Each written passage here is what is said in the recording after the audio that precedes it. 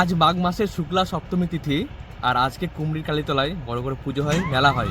তো আমরা মাকে দেখতে যাচ্ছি। আমরা এই মুহূর্তে সাহেবতলায় বাইক নিয়ে যাব। তো চলুন আজ কুমড়ির কালীতলা দর্শন করি।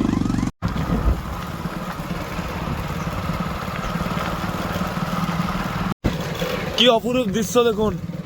আমরা আছি কুমড়ির কালীতলা। এখানে গাছগাছালিগুলো খুব সুন্দরভাবে যত্ন করে বড় করা হয়েছে।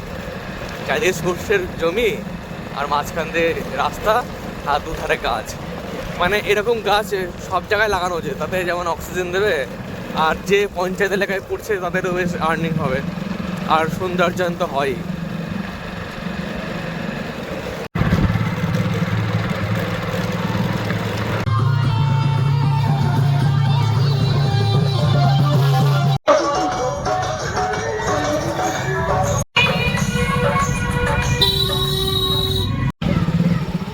আমরা এখন সাততলার ভেতর দিয়ে এখন যাচ্ছি কুমড়ি কালীতলা যাওয়ার জন্য।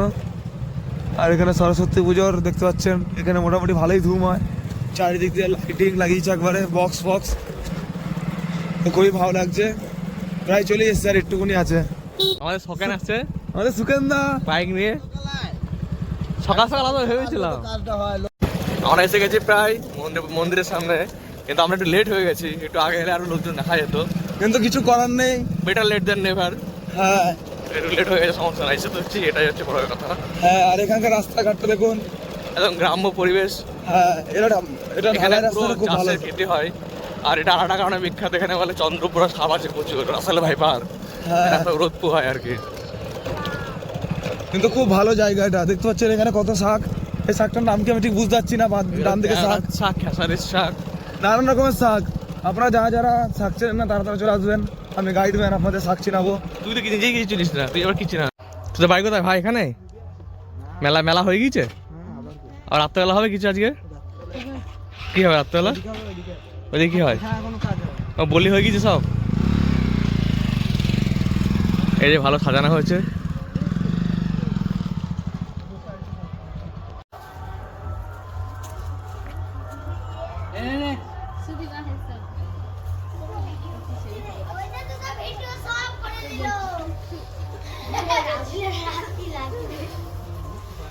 কি করছিস হয়তো এখানে?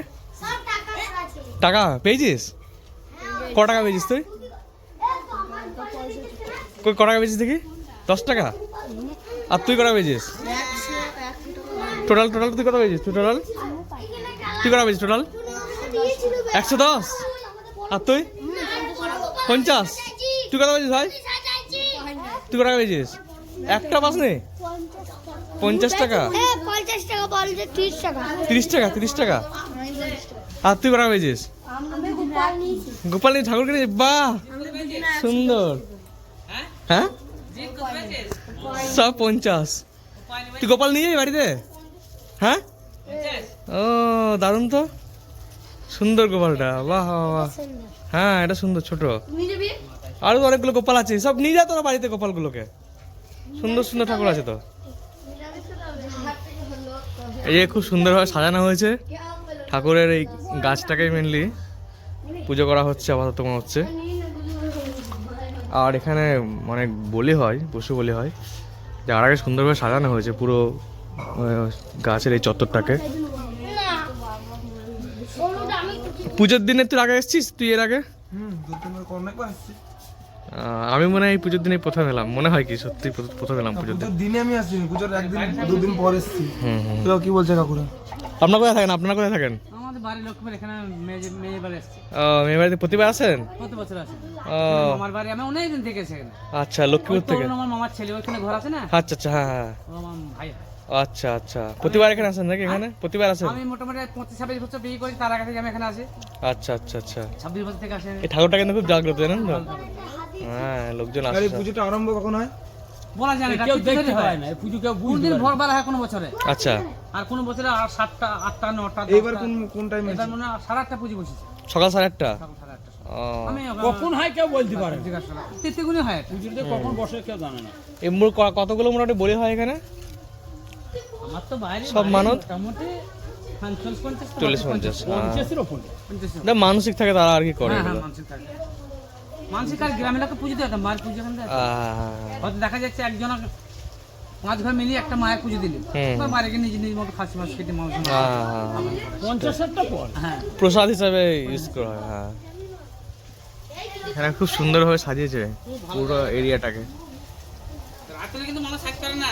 হ্যাঁ, রাত হলে কেউ আসে না শুনেছি এখানে। যদি বেজে যায়, হ্যাঁ, খাবে এইখানে এখানে থাকতে পারে না।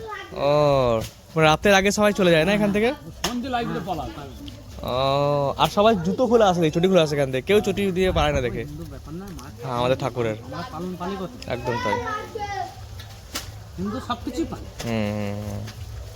আমি তো ট্রেনও আটকে দিতে আমি শুনেছি অনেক যে ট্রেন এখানে এখানে ভাঙনটা হয়েছিল ওই, হ্যাঁ আমরা এসেছিলাম এখানে যখন ভাঙে, হ্যাঁ তখন ঘরটা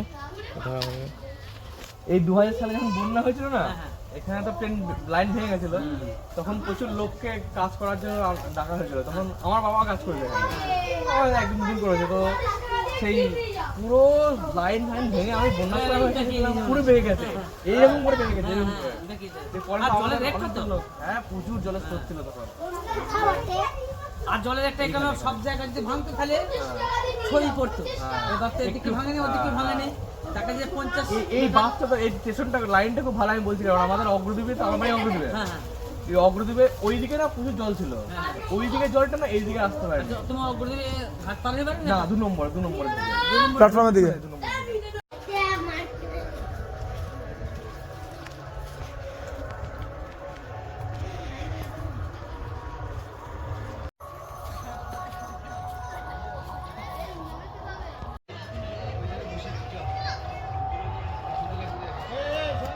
কি